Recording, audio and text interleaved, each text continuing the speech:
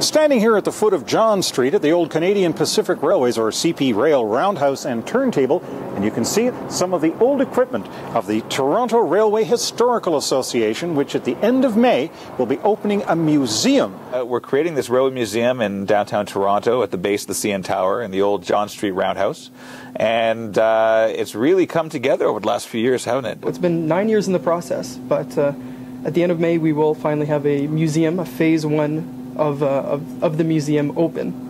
This museum does not attempt to have a full collection of railway historia, but just enough to give you a taste right down in the center and the heart of where the rails used to run. And so one of the things we've looked at doing ever since the beginning was this LRC locomotive. A very important part of Canadian railway heritage. Well, this is our baby, locomotive, LRC locomotive number 6917. It's been sitting for a while, so there's some cobwebs, a bit of dust here, a bit of rust there. It actually requires a minimal amount of work to get it running again.